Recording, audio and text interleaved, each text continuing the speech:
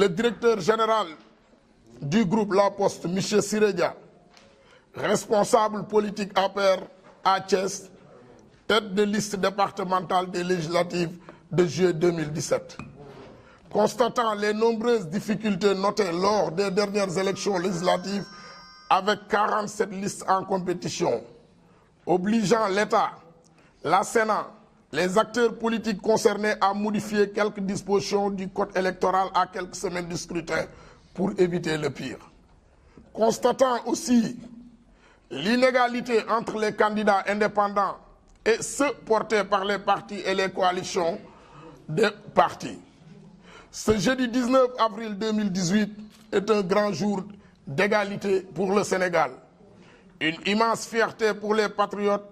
et tous les républicains. Grâce à l'engagement de son Excellence le Président Macky Sall et du groupe parlementaire Benno Bokk Yakaar, une grande réforme de progrès voit le jour dans notre pays, le Sénégal. Le chef de l'État, son Excellence le Président Macky Sall, a proposé un projet de loi sur le parrainage adopté par l'Assemblée nationale qui permet d'équilibrer les chances de tous les candidats devant participer à l'élection présidentielle. Cette victoire pour la démocratie sénégalaise, les candidats aux élections ne seront plus soumis à l'inégalité devant la loi. À toute la société bénéficiera de cette réforme historique au service des valeurs républicaines. Le directeur général, M. Siredia, responsable politique APR à Thiès, félicite la majorité parlementaire par l'adoption de la loi portant sur le parrainage, qui est une loi historique et un acquis consolidant pour la démocratie sénégalaise. Il remercie l'ensemble de la population sénégalaise, particulièrement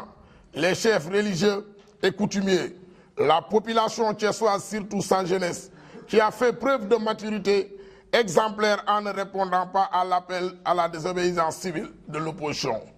Le directeur général, M. Siredia, réitère son engagement derrière son Excellence le Président Macky Sall et lance un appel à toutes les couches de la population sénégalaise, de l'extérieur comme de la diaspora, à se joindre à la plateforme En Marche vers 2019. And ak Siredia, Falat Macky Sall. Vive le Président Macky Sall, vive le Sénégal. ci turu DG Siredia, directeur général de la Poste, di responsable APR fii ci Thiès, yàlla defoon mu doon tête de liste départementale bu coalition Benno Bokk Yaakaar ci élection législative yi ñu génn. Tey fii di Sénégal dafa am loo xamante ni constat la bi nga xamante ni ñëpp dañ ko defoon ci élection législative yu ñu génn. ndax it ñëpp xam nañ ne Sénégal ñeent fukki liste ak juróom-ñaar ñoo doon jongante ci élection législative yi. loolu di loo xam te ni dafa tax état Sénégal ba mu xoolee ak réaction bi population sénégalaise am ak classe politique bi ñu proposer modification boo xamante ni bii ci loi bi nga xamante ni moo tënk candidature pour élection présidentielle. loolu indi bésub tey di bés bu rëy di bés boo xamante ne aussi dafa indi égalité maanaam tollole ak yelleefu képp koo xam ne doomu Sénégal nga pour ñi nga xam dañoo bëgg doon président de la République. loolu di fierté ci sénégalais yëpp ndax dafa gën a ñoŋal Sénégal ñoŋal démocratie sénégalaise gën ko jëme kanam. loolu it liñ ciy njëkk a wax mooy di rafetlu taxawaayu président Macky Sall ak groupe parlementaire bu Benno Bokk Yaakaar yi nga xam te ni aussi ñoo jël seen responsabilité taxaw proposer projet de loi bi nga xam te ni tey moo indi modification bi. loolu DG Siredia nee na mu ngi remercier mais di féliciter vraiment taxawaayu président Macky Sall ak groupe parlementaire Benno Bokk Yaakaar. président Macky Sall it mi nga xam te ni ak gouvernement ñoo proposé projet de loi bi nga xam te ni moo indi parrainage bi. Assemblée nationale waxtaan ci te là aussi li ñuy wax mooy tey li xew assemblée féete la ci Sénégal yëpp ndax it débat am na fa waxtaan am na fa xëccoo am na fa mais lépp aussi dafa wane ne démocratie Sénégal dafa am démocratie bu am doole démocratie bu taxaw la mais démocratie boo xam ne culture la aussi au Sénégal loolu it yàlla def it assemblée nationale nangu ko voté loi bi aussi avec une grande majorité te ku wax aussi loolu dañuy rafetlu taxawaayu député yi mais it nag loolu it aussi dañ ciy sant yàlla parce que aussi loi bi mënoon dem à l'Assemblée nationale ñu bloqué ko mais yàlla bu mu def na aussi ba ñemee Assemblée nationale avec une grande majorité et une écrasante majorité la ko député yi voté loolu it rek di loo xam te dafa indiwaat égalité entre képp koo xam ne nga candidat nga amul indépendant amul candidat au parti loolu di ndam lu rëy pas pour APR wala Benno Bokk Yaakaar waaye di ndam lu rëy pour démocratie sénégalaise di loo xam te ne bii dafa gën a dëgëral démocratie sénégalaise da ko gën a kawel loolu it indi leneen mooy que ne tey bu ñu demaatee élection muy président Macky Sall bi doon candidat incha allah bi di candidat Benno Bokk Yaakaar ak képp kuy candidat aussi da ngay tënku ci loolu aussi taxaw ci li nga xamante ne bii moom la yoon wax bu dee taxaw am nga li yoon teg vraiment nga mën a doon candidat ñu doon candidat yoo xamante ne aussi candidat yi crédible lañu doon candidat yoo xamante ni sénégalais yi ñoo leen parrainé mais di candidat yoo xam ne bu ñu ñemee élection ñëpp xam nañ ne candidature yu sérieuse la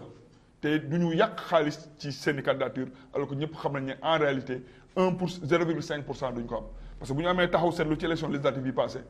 bu ñu waxee 47 listes la woon presque 5 candidats amul 5 listes yoo xamante ni ñoo am lu ëpp 1%.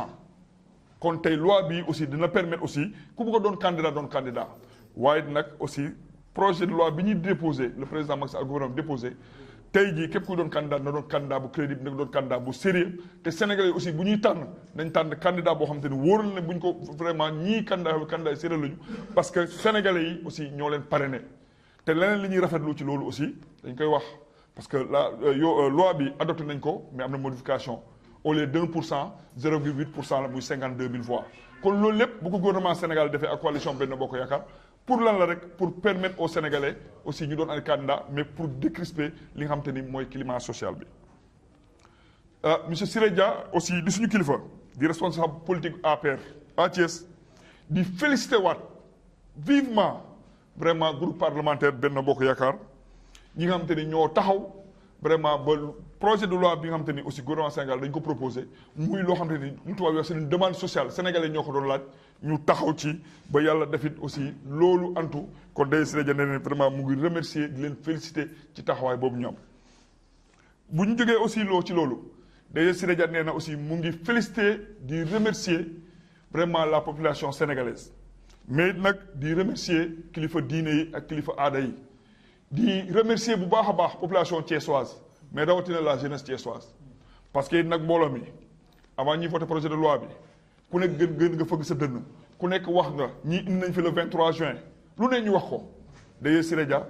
gën lancer appel à la population surtout thiessoise pour que ñu ànd ak dal aussi expliquer leen parce que c'était le plus important li nga xamante ne bii moo tax projet de loi bi jóg thiessois yi sur ak Sénégal yëpp comprendre ko am ci adhésion tey ñu gis ne Thiès li wolof naan bal tàqul sagar xeeñul ça prouve nettement que ne boo ko comparaître ak le 23 juin nga xam ne tey day Siré Dia appel bi mu lancé population bi mais taxawaay bi mu taxaw population thiessoise moo tax tey ñu doon woote à Thiès na nit ñi génn yàq dëkk bi taal ko génnuñu tey dañoo déglu appel day Siré Dia mooy dañoo toog seen kër aussi suivre débat bi aussi ñoom ñëpp aussi ñu nangu loolu ba boo amee seetlu à Thiès bu ñu voté projet de loi bi